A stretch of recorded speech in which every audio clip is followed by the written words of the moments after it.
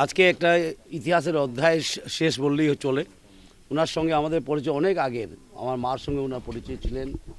উনি শুধুমাত্র রাজনৈতিকবিদ নয়, উনি একটা লেখকও ছিলেন, সাংস্কৃতিক ব্যক্তিত্ব।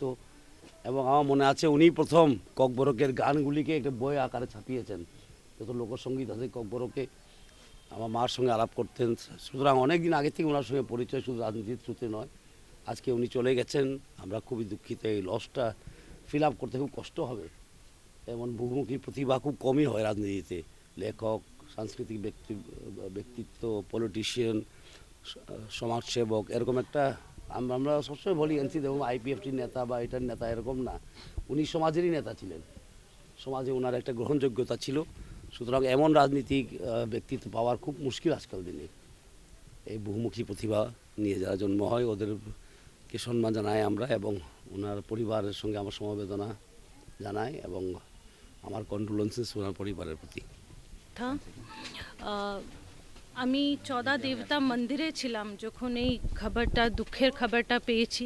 প্রার্থনা করেছি চদা দেবতার কাছে যে উনি এনসিদা যে ইতিহাস করে গেছেন ত্রিপুরার নামে, সেই ইতিহাস অমর থাকুক।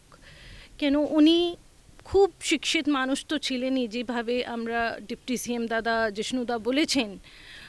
ওনার একটা আলাদা ব্যক্তিত্ব ছিলেন। তো ওই ব্যক্তিত্বে উনি বুঝেছেন, জানেছেন যে ত্রিপুরার উন্নতি, জনজাতির উন্নতি কীভাবে হতে পারে। সেই পথ গ্রহণ করে উনি একটা ইতিহাস এই স্টেটের নামে করে গেছেন। উনি গ্লোরিয়াস ইয়ার অফ ত্রিপুরা দেখে গেছেন। আমরা সবই কৃতজ্ঞ, নমন।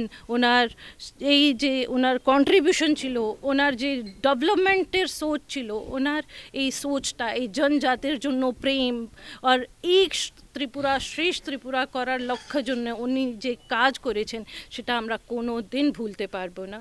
তো আপনার সবাইকে আমি বলবো যে 2 মিনিট জন্য ওই দাদার নামে সবই নিজের নিজের বাড়িতে প্রেয়ার করেন, প্রার্থনা করেন যে এইরকম মানুষ আমরা বারবার ত্রিপুরাতে পাই। সবাইকে ধন্যবাদ। হামবাই।